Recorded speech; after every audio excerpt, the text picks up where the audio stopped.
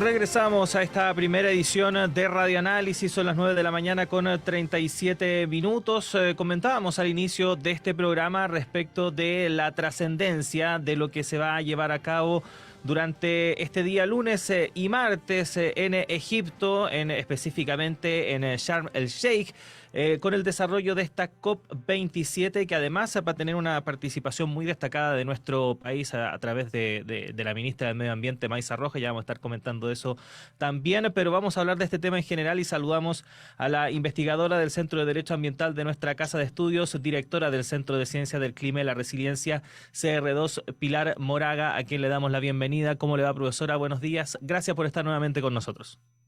Hola, buenos días y gracias por invitarme. Gracias a ustedes, y si hay problemas de conexión me disculpo de antemano.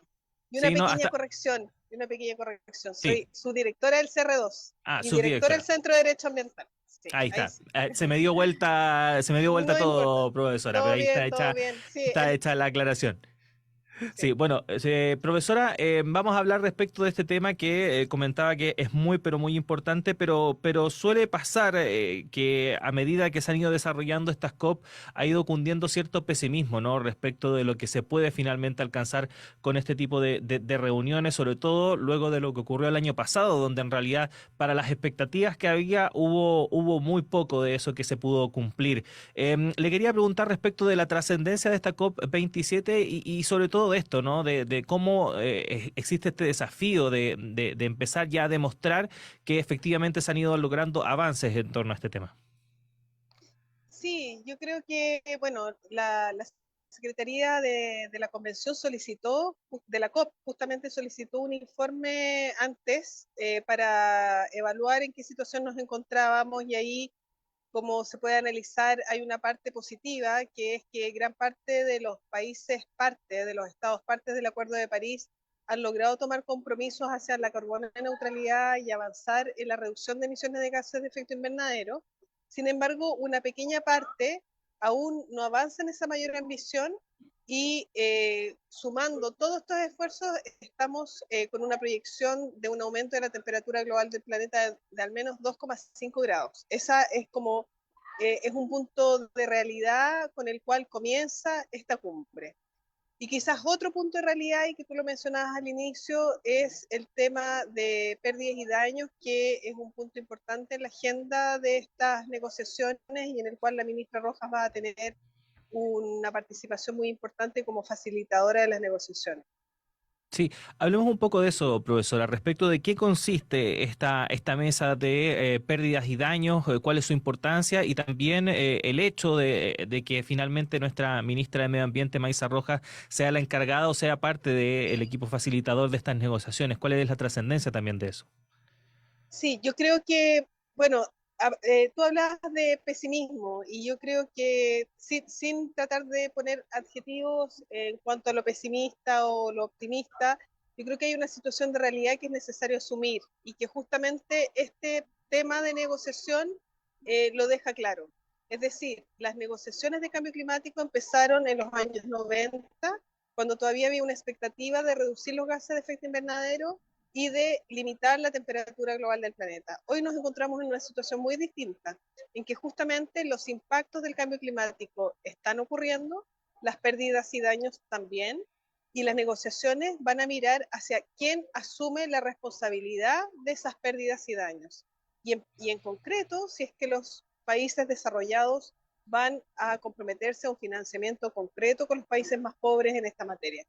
Y ahí la ministra Rojas justamente tiene este rol de facilitación, es un rol muy importante en las negociaciones, muy importante para Chile también, que pueda liderar esta discusión, pero en este contexto de realidad, porque nosotros somos parte justamente de esa vulnerabilidad que estamos describiendo.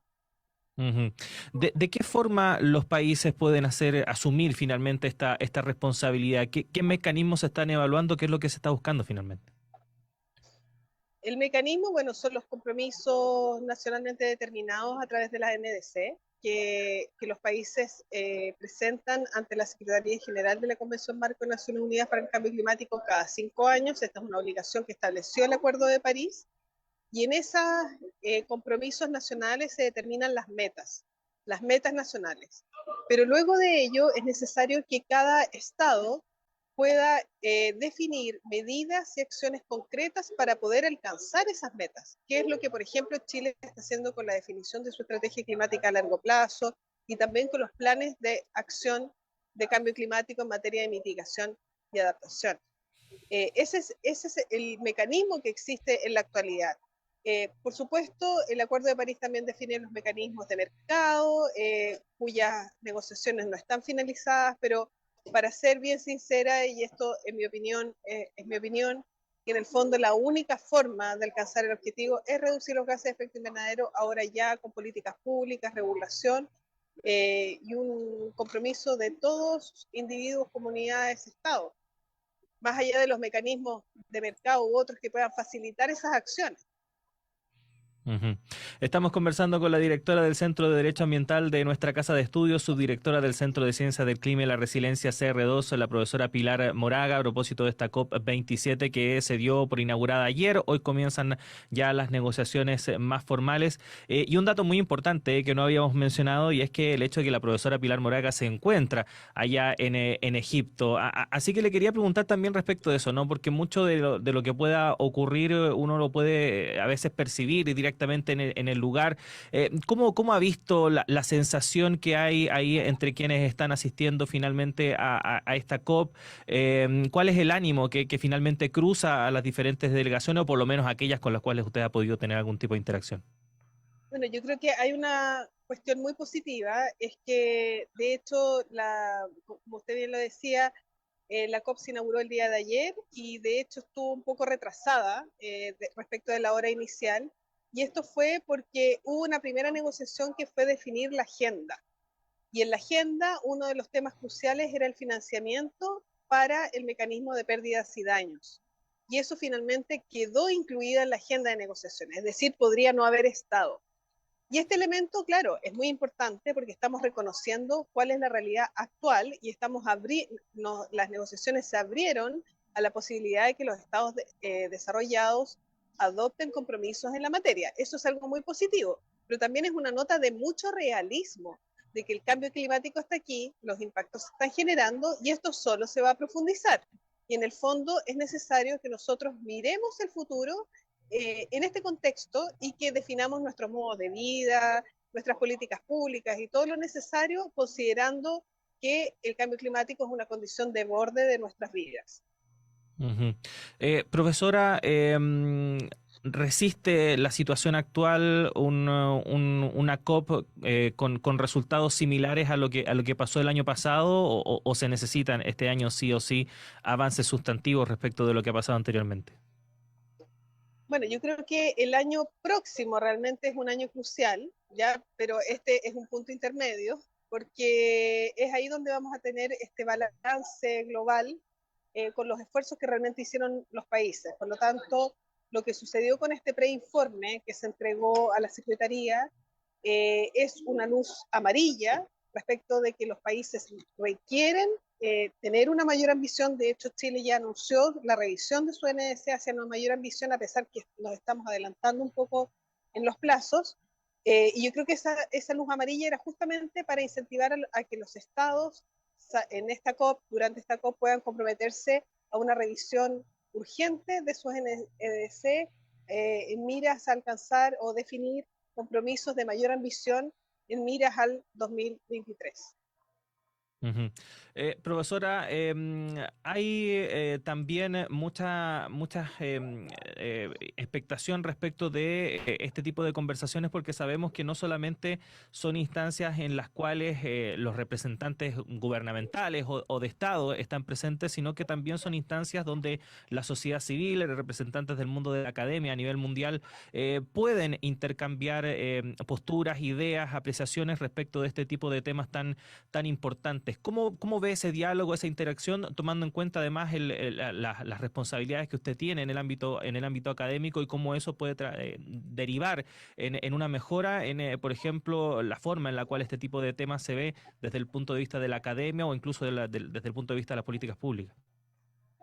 Sí, yo creo que bueno, es una instancia muy interesante para justamente esta conversación que se puede dar, que no es totalmente institucional, puesto que las negociaciones un poco siguen vía paralela a las actividades que tiene la sociedad civil en general y la academia, pero sí es una instancia única en la que se pueden facilitar justamente estos encuentros e intercambios entre los distintos estamentos o grupos de la sociedad a nivel internacional e incluso nacional, porque paradójicamente quizás uno se encuentra aquí más con los actores nacionales que en el cotidiano de nuestras vidas en Chile, porque todo gira en torno a esta temática de cómo avanzar en una mayor ambición en esta materia. Y yo quisiera destacar particularmente que creo que si bien los jóvenes han tenido un protagonismo cada vez mayor en las negociaciones, yo creo que eso se está profundizando. Este año vi con mucha alegría que nuestro ayudante Francisco Chaguán, ayudante del Centro de Derecho Ambiental, va a asistir a la COP y creo que ya está por acá. Y creo que eso nos está dando la relevancia de cuánto se están involucrando los jóvenes hoy para exigir mayores definiciones respecto de un clima que les va a afectar principalmente a ellos. Ujú. Finalmente, profesora, bueno, usted ya ha tocado algunos temas, pero a modo de resumen, ¿qué aspectos se deberían zanjar o definir para considerar esta COP27 como una conferencia exitosa? Bueno, debiéramos avanzar en lo que es el sistema de pérdidas y daños hacia una mayor financiación y apoyo técnico a los países en desarrollo y países pobres. Sería un éxito en las negociaciones, pero también quiero decir que es una constatación de la gravedad de la situación, ¿ya? Porque ya no estamos ni siquiera en una cuestión preventiva, sino que estamos en una cuestión absolutamente reparatoria de cómo asumir las pérdidas y daños. Yo creo que eso hay que dejarlo súper claro, porque más allá de que las negociaciones sean exitosas, el panorama planetario es crítico y eso hay que tenerlo súper presente. Creo que lo segundo es un compromiso de financiamiento de parte de los países desarrollados que hasta el minuto siempre ha sido algo tenso y que quizás no da abasto, ¿no? No da abasto con la necesidad real que hay. Y yo creo que en lo tercero sería que los países se comprometieran, las partes del Acuerdo de París se comprometieran que de aquí al 2023 se puedan revisar sus respectivas NDC hacia una mayor ambición que logre, al menos teóricamente, mantener el aumento de la temperatura global en 1,5 grados. Creo que ese punto sería el mayor de los éxitos de esta COP. Después estaría el punto de revisar cuántas de esas acciones y compromisos se cumplieron, pero creo que sería un buen punto de partida en esta recta final que tenemos hasta el 2030, porque sabemos que es la década donde aún podemos hacer algo. Ujú. Bueno, profesora, esperamos entonces que finalmente se cumplan esos puntos que usted destaca. Vamos a estar muy atentos y atentas al desarrollo de la COP allá en Egipto durante estos días. Y por supuesto le queremos agradecer el hecho de que se haya tomado un tiempo en la apretada agenda que sabemos hay en este tipo de actividades para poder conversar con nosotros y con nuestros auditores y auditoras. Pilar Moraga, directora del Centro de Derecho Ambiental de la Universidad de Chile, subdirectora del Centro de Ciencia del Clima y la Resiliencia. Muchas gracias por haber estado con nosotros y que tenga un buen día. Gracias a ustedes, para ustedes igual. Que les vaya muy bien. Chao, chao. Chao, muchas gracias. Ahí estaba entonces la profesora Pilar Moraga desde Egipto, Sharm el Sheikh, conversando con nosotros respecto del desarrollo de esta COP27 que se inauguró de manera oficial durante la jornada de ayer. Las negociaciones o las conversaciones más importantes se van a desarrollar durante la jornada de hoy y también mañana, pero como nos comentaba ahí la profesora, ya se han hecho algunas reuniones, algunas citas, negociaciones para poder definir la agenda de lo que será esta COP, que cada vez se vuelve más importante considerando la urgencia que representa el cambio climático, que es un fenómeno que ya está presente y que, como conversábamos con la profesora, está ocasionando estragos que ya no solamente es necesario prevenir, sino que también reparar y de qué forma la humanidad trabaja en conjunto para resolver o por lo menos sobrellevar de mejor forma este problema. Así que vamos a ver qué va a pasar entonces con esta COP27. Agradecerles que hayan estado con nosotros, eso sí, ahí antes de despedirnos repasar un poco de la agenda que se viene para esta jornada, porque va a ser un día muy, pero muy noticioso, van a ser diversos los temas que se van a estar revisando, por ejemplo, lo que va a ocurrir en la Cámara de Diputados y Diputadas esta tarde con la votación que se va a llevar a cabo de la mesa de la corporación. No hay claridad respecto de cuál va a ser el resultado de esta votación. Las negociaciones van a continuar durante esta mañana. Hay una pauta que está proyectada por parte del jefe de bancada de diputados de la Democracia Cristiana, Eric Aedo, que es muy importante saber qué es lo que va a decir, porque los votos de la bancada DC van a ser muy importantes a la hora de definir quién puede ser el nuevo presidente o quiénes van a ser los integrantes de esta mesa directiva para el próximo periodo legislativo. También vamos a estar muy pendientes respecto de la decisión que se dé en la Corte Suprema de esta quina que se va a tener que presentar para el cargo de fiscal nacional. Hoy todos los candidatos y candidatas van a exponer ante los ministros de la Corte Suprema sus programas, cuáles son sus visiones para este cargo. Vamos a ver qué va a pasar también con esa materia y por supuesto también otros temas relevantes que estén ocurriendo durante esta jornada, la reunión de comité político ahí en el Palacio de la Moneda, luego de este cónclave oficialista que se llevó durante la jornada de ayer, la discusión a nivel parlamentario y una apretada agenda al respecto ahí en el Congreso Nacional y a nivel internacional, por supuesto, el desarrollo de esta COP27. Así que vamos a estar muy pendientes de cada uno de esos temas. Son las 9 de la mañana con 53 minutos. Agradecer la compañía que nos ha entregado durante esta ocasión. Los invitamos a que, como siempre, siga informándose junto a Radio Universidad de Chile, nuestro diario electrónico radio.chile.cl, también en nuestras diferentes plataformas en las redes sociales.